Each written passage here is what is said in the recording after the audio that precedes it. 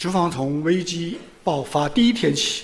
the very beginning of the Ukrainian crisis, China has remained committed to a political resolution through dialogue and negotiations, making every possible effort to facilitate peace talks. When the crisis first escalated, President Xi Jinping outlined 4 key principles that have since guided China's actions.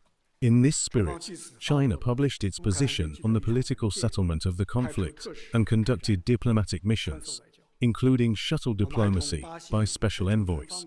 Additionally, China and Brazil established the Friends of Peace group within the United Nations. China has consistently adhered to an objective and impartial stance, advocating for a calm, measured, and balanced approach to resolving the conflict.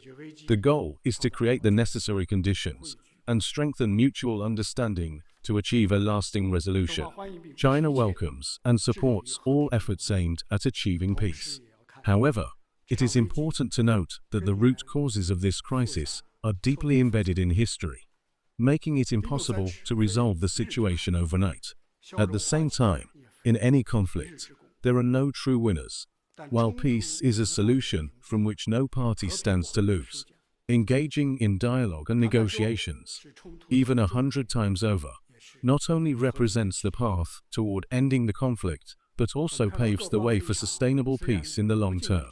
While the parties involved may hold different positions, all members of the international community share a fundamental desire for a just, sustainable, legally binding, and mutually acceptable peace agreement.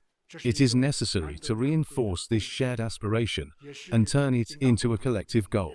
China remains prepared, in accordance with the will of the parties directly involved, to work together with the international community to make constructive efforts toward resolving the crisis and achieving a stable and lasting peace. Additionally, it is important to reflect on the broader implications of this crisis. The Ukrainian conflict has already dragged on for more than 3 years. By now, it has become clear that this tragedy could have been avoided.